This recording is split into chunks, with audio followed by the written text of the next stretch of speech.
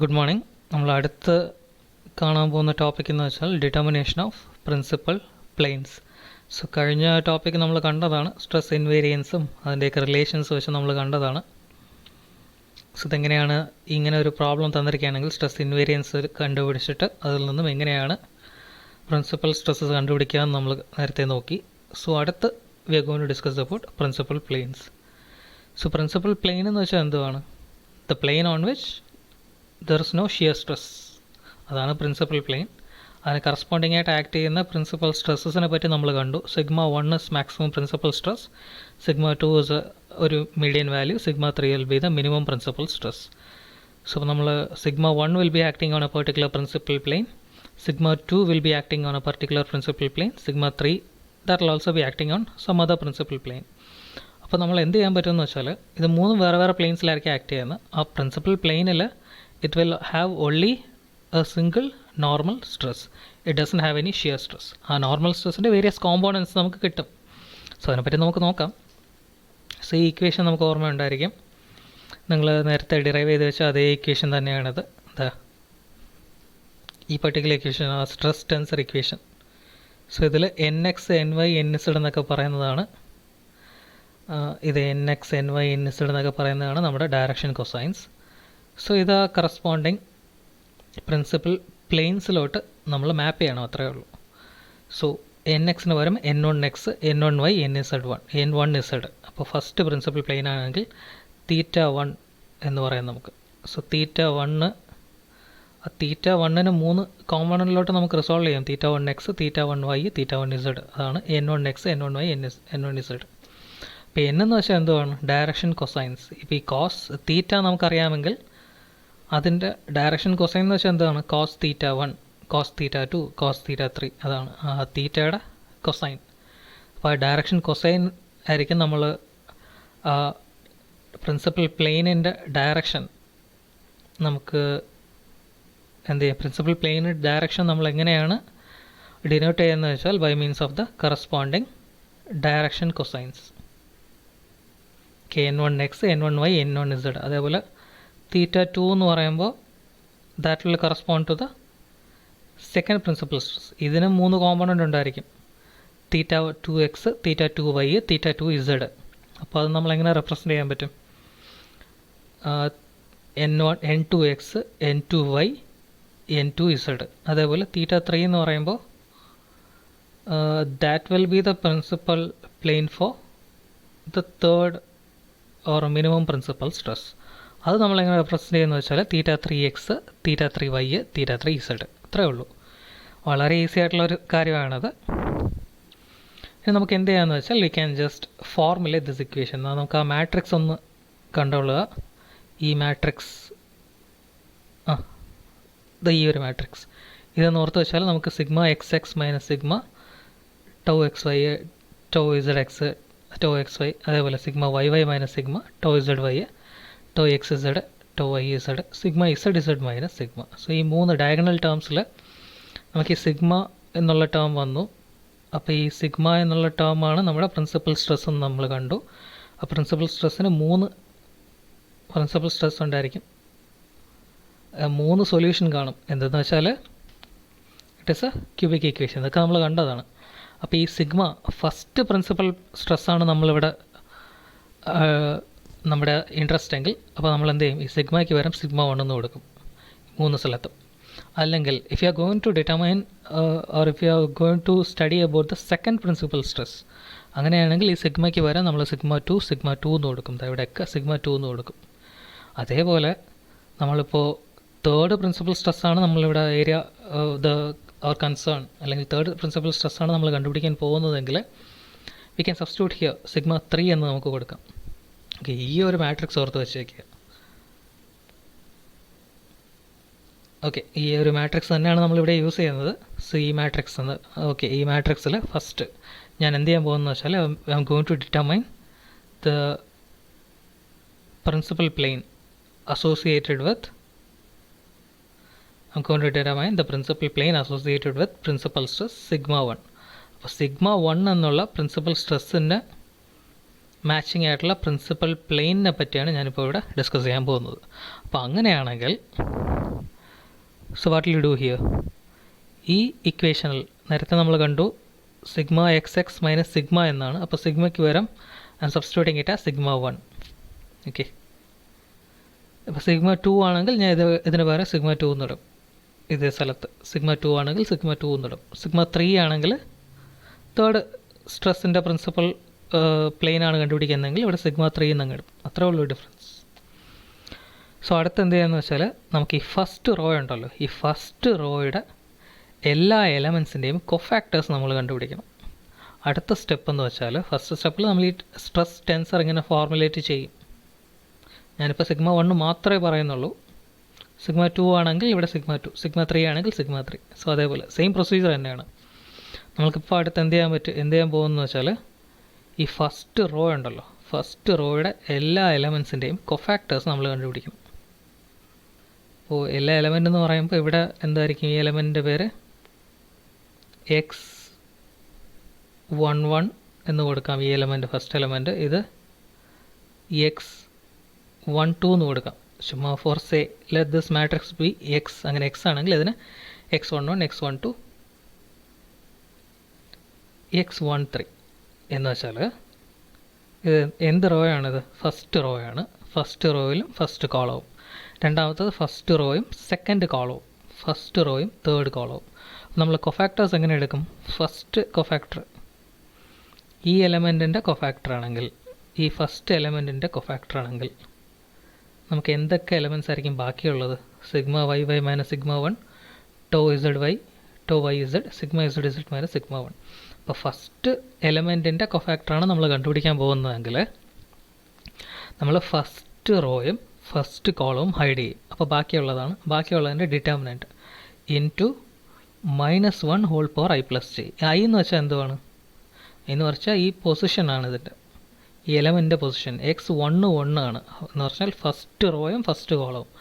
I എന്ന് പറഞ്ഞാൽ റോയുടെ നമ്പറും ജെ എന്ന് പറഞ്ഞാൽ കോളമിൻ്റെ നമ്പറുമാണ്.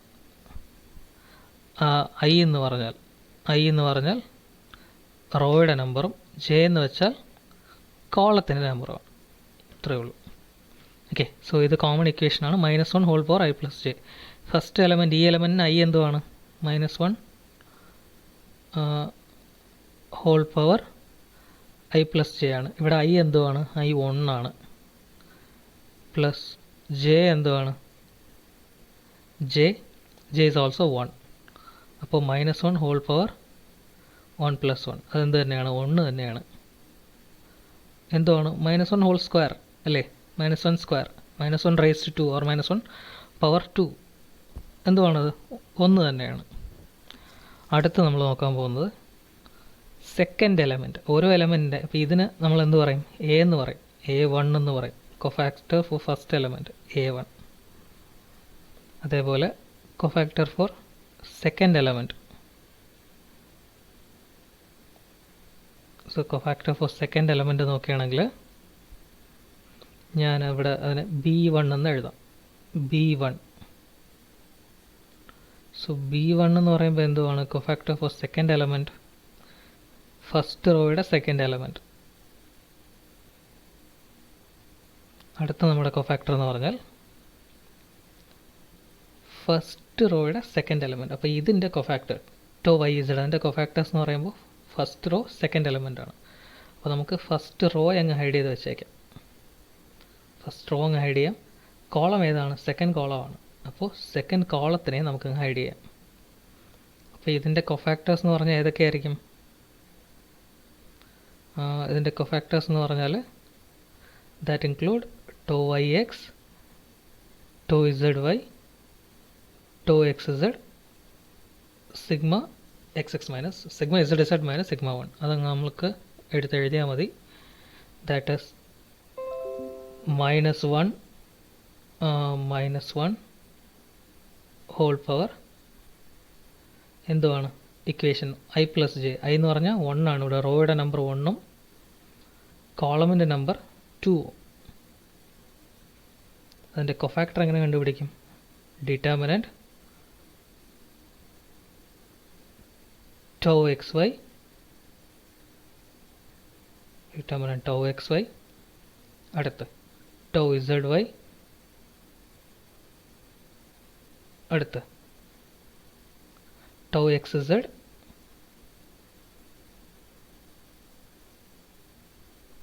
അതേപോലെ sigma Z Z minus sigma 1.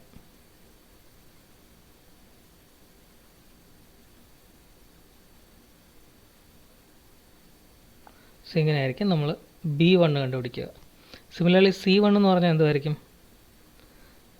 First റോയിൽ തേർഡ് എലമെൻറ്റിൻ്റെ കൊഫാക്ടർ, അതാണ് C1. ഫസ്റ്റ് റോയിൽ തേർഡ് എലമെൻറ്റിൻ്റെ കൊഫാക്ടറാണ് C1.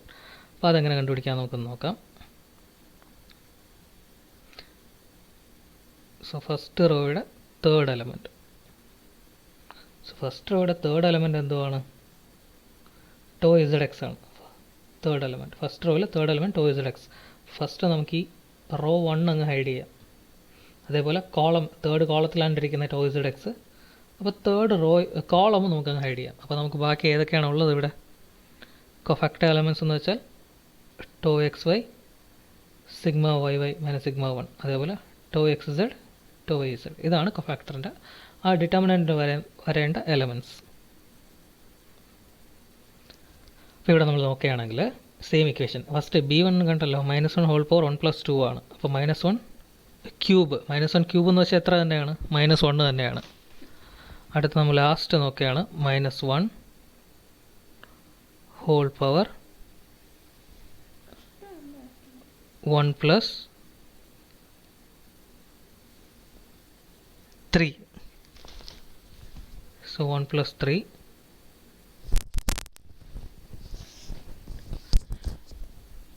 Again that will be equation tau xy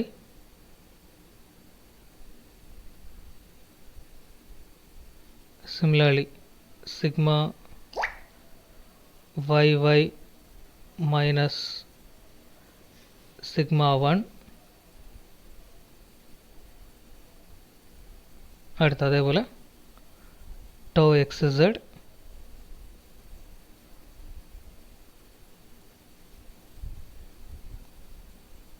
tau yz.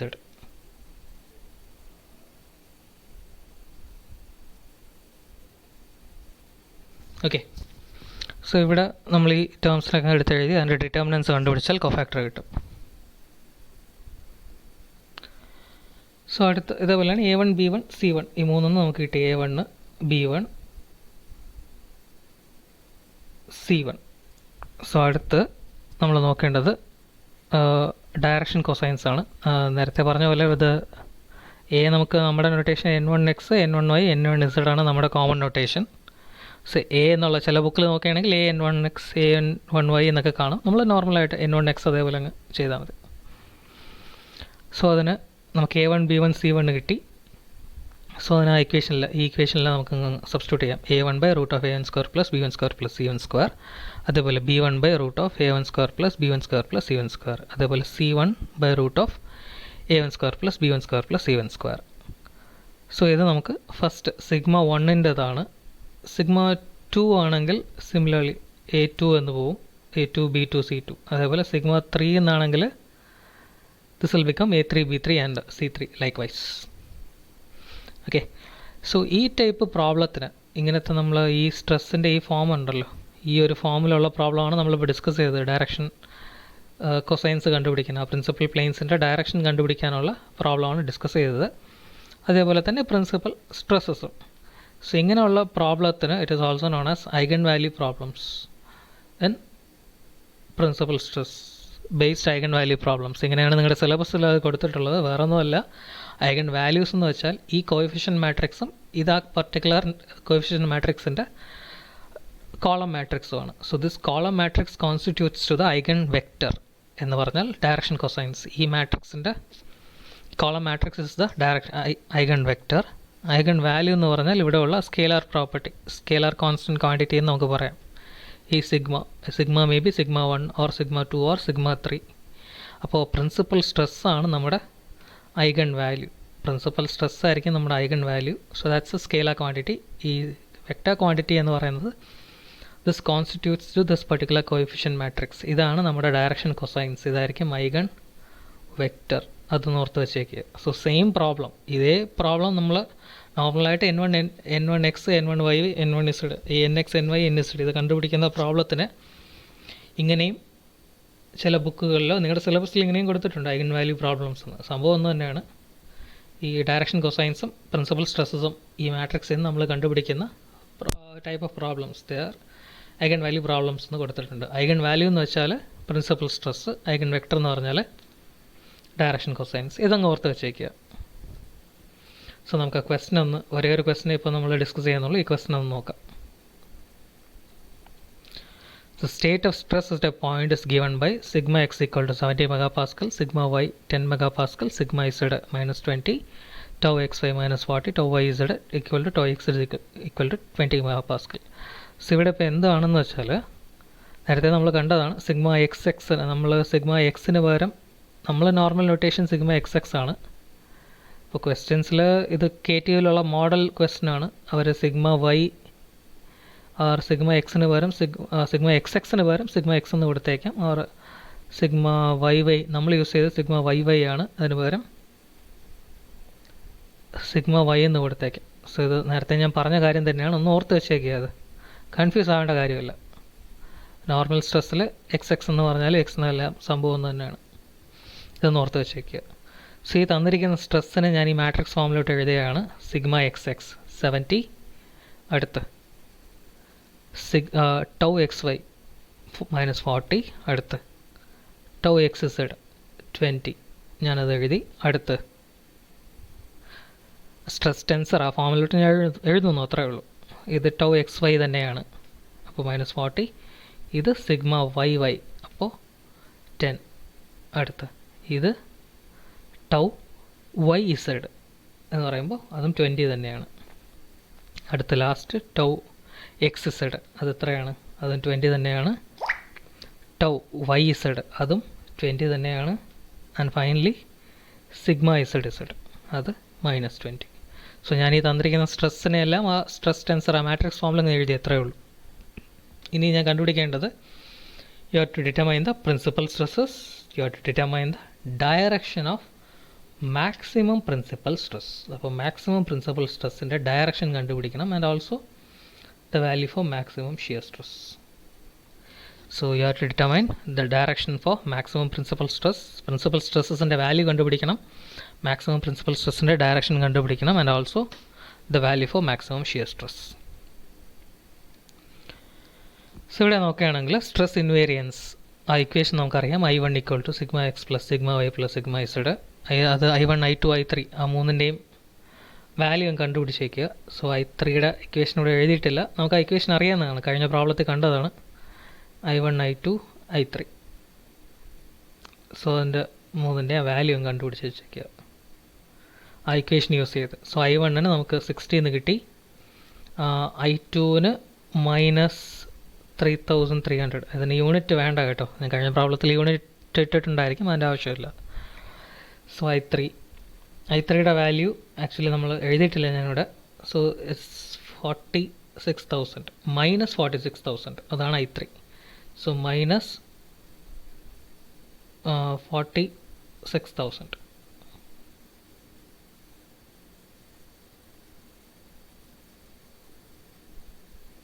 അതാണ് I3 വാല്യൂ.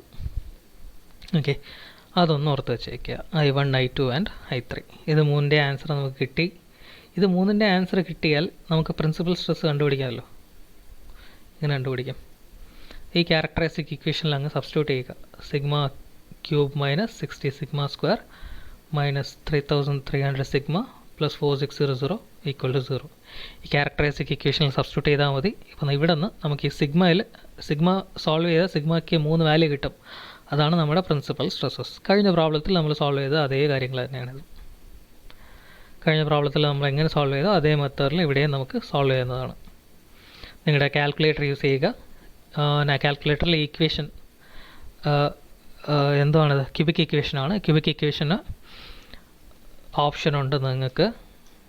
സോ സോൾവ് ചെയ്യുമ്പോൾ get the value for sigma 1 sigma 2 and sigma 3. അതെങ്ങനെയാണെന്ന് കഴിഞ്ഞ പ്രോബ്ലത്തിൽ എക്സ്പ്ലെയിൻ ചെയ്തതാണ്. സോ വേണമെങ്കിൽ നിങ്ങൾക്ക് ഞാനൊരു ഡെമോ വീഡിയോ എങ്ങനെയാണ് ആ കാൽക്കുലേറ്റർ യൂസ് ചെയ്യുന്നതെന്ന് വീഡിയോ എടുത്തിട്ടേക്കാം. പക്ഷേ നിങ്ങൾക്ക് അറിയാമായിരിക്കും, കഴിഞ്ഞ ഫസ്റ്റ് ഇയറിൽ പഠിച്ചിട്ടുണ്ടായിരിക്കും. So you'll get the value for sigma 1 as 90.77 MPa, sigma 2 11.8, sigma 3 -42.65 MPa. So അടുത്ത ഒരു മാക്സിമം ഷിയർ സ്ട്രെസ്സും ചോദിച്ചിട്ടുണ്ടായിരുന്നു ക്വസ്റ്റനിൽ, അവസാനമായിട്ടാണ് ചോദിച്ചിരിക്കുന്നത്. പക്ഷേ നമുക്ക് ഈ വാല്യൂസൊക്കെ ഉണ്ടെങ്കിൽ അത് കണ്ടുപിടിക്കുക ഈസി ആയിട്ട്. നേരത്തെ കണ്ടതാണ് മാക്സിമം ഷിയർ സ്ട്രെസ്സിൻ്റെ ഇക്വേഷൻ, സിഗ്മ 1 - സിഗ്മ 3/2. അപ്പോൾ that is 90.77 minus 42.65. So minus of -42.65/2, that is 66.71 MPa. അടുത്ത് നമുക്ക് ഇമ്പോർട്ടൻ്റ് ആയിട്ട് ഈ ക്വസ്റ്റനിൽ ചെയ്യാനുള്ളത്, you have to find the direction of maximum principal stress. So അതിന് ഈ മാട്രിക്സ് നമ്മൾ നേരത്തെ ഫോർമുലേറ്റ് ചെയ്ത് വെച്ചിട്ടുണ്ടായിരുന്നു. സിഗ്മ എക്സ്, നമ്മൾ ഈ മാട്രിക്സ് നേരത്തെ ഫോർമുലേറ്റ് ചെയ്ത് വെച്ചിട്ടുള്ളത് തന്നെയായിരുന്നു. ഇവിടെ നോക്കുകയാണെങ്കിൽ ഇവിടെ sigma X, sigma Y, tau X Y, ഇതേ മാട്രിക്സ് തന്നെയാണ് ഞാൻ ഇവിടെ യൂസ് ചെയ്തിട്ടുള്ളത്. സോ ഇതിൻ്റെ ഡയറക്ഷൻ കണ്ടുപിടിക്കാൻ വേണ്ടിയാണ്, direction cosines. The stress under consideration sigma 1 അല്ലേ, മാക്സിമം പ്രിൻസിപ്പൽ സ്ട്രെസ് ആണ് അണ്ടർ കൺസിഡറേഷൻ. അപ്പോൾ നമ്മൾ ഈ ഇക്വേഷനിൽ സിഗ്മ 1 അങ്ങ് ഇട്ടാൽ മതി. സിഗ്മ 1ൻ്റെ വാല്യൂ 90.77. ഈ പെർട്ടിക്കുലർ ഇക്വേഷനിൽ 90.77 എന്നുള്ള വാല്യൂ അങ്ങ് സബ്സ്റ്റിറ്റ്യൂട്ട് ചെയ്താൽ മതി സിഗ്മ 1 പകരം. സിഗ്മ 1 ആണ് നമ്മൾ കണ്ടുപിടിക്കുന്നത്, അതുകൊണ്ടാണ് ഇവിടെ സിഗ്മ 1 ഇട്ടത്. സിഗ്മ 2 ആണെങ്കിൽ ഇവിടെ സിഗ്മ 2 എന്നിടും, ഇത്രേ ഉള്ളൂ. അത് കഴിഞ്ഞിട്ട് സിഗ്മ 1ൻ്റെ വാല്യൂ അങ്ങ് ഇട്ടേക്കുക. സിഗ്മ എക്സ് 70 ആണ്, ഇത് നമുക്കറിയാം, ഫോർമുലേറ്റ് ചെയ്ത് വെച്ചാണ് നമ്മൾ നേരത്തെ. സോ ഇതൊന്ന് ഈ ഒരു ഫോമിൽ നമുക്ക് കിട്ടും. അടുത്ത് just we are going to find out the cofactors A1, B1, C1. നമ്മൾ ആ കൊഫാക്ടേഴ്സും കണ്ടുപിടിക്കാൻ പോവുകയാണ്. സോ കൊഫാക്ടർ A1 എന്ന് പറയുമ്പോൾ എന്തുവാണ്? A1 എന്ന് പറയുമ്പോൾ ഈ ഒരു ടേമിൻ്റെ കൊഫാക്ടറാണ്. ഇത് X11, X12 and X13.